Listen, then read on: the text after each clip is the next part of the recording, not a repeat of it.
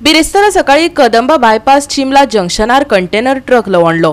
आदीच ह्या रस्त्यार दिसपट्टे येरादारीत आडमेळी येतात। या अपघाता उपरांत मोठ्या प्रमाणात येरादारी ठप्प जाली। पळयात पुराय बातमी।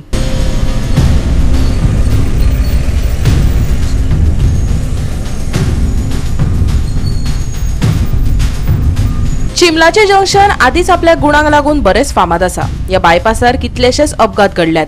येरादारी तर दिसपट्टी ठप्प जाल्ली असतात। लोकांक रात दीस ट्रॅफिक जॅमांक तोंड दिवचे पडटा। या व्यस्त बायपासार कंटेनर ट्रक लवणपाचे घडणुके उपरांत लोकांक बरोच त्रास सोंसचो पडलो।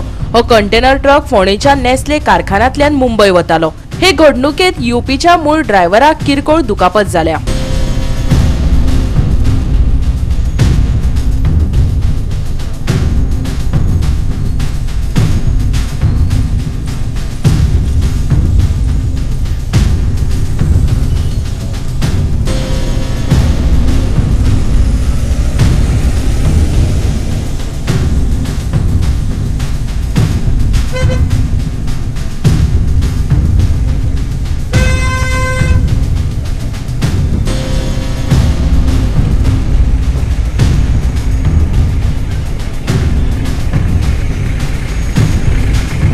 गोवा 365 खातीर सानिका नागवेकर, समृता खणगांवकर आणि ओमकार देशप्रभू।